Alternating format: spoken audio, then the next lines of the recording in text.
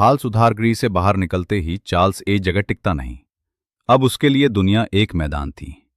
कभी ग्रीस, कभी तुर्की, कभी ईरान, कभी हांगकांग, कहीं पासपोर्ट फ्रॉड, कहीं स्मगलिंग और कहीं अमीर टूरिस्टों को ड्रग्स देकर लूट। 1970 के आसपास चार्ल्स भारत आता है, सबसे पहले बॉम्बे।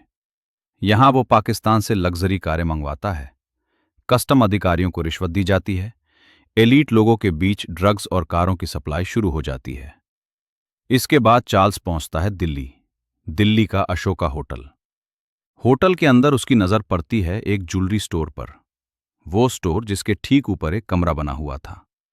उस कमरे को पहले से एक विदेशी महिला कलाकार ने बुक किया हुआ था। चार्ल्स उस कलाकार से बात करता है, खुद को इंटरनेशनल होटल चेन का मालिक बताता है। धीरे धीरे बातों में उसे फंसाता है और उसी कलाकार का प्लान होता है छत काटकर ज्वेलरी स्टोर में। लेकिन उसी समय होटल में उस कलाकार का शो चल रहा होता है। प्लान फेल हो जाता है। चार्ल्स बिना घबराए दूसरा प्लान बनाता है। वो उसी कलाकार को अपने प्लान में शामिल कर लेता है, ज्वेलरी खरीदने के बहाने। उसी कलाकार से नीचे ज्वेलरी स्टोर में फोन करवाता है।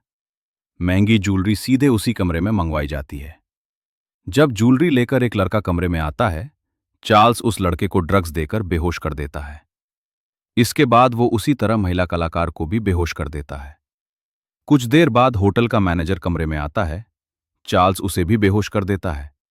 फिर वो चाबियां उठाता है, ज्वेलरी समेटता है और होटल से शांति से निकल जाता है। लेकिन एक गलती होती है। उसका असली पासपोर्ट होटल के कमरे में रह जाता है। दिल्ली में हड़कंप मच जाता है। ये कहानी यहीं खत्म नहीं होती।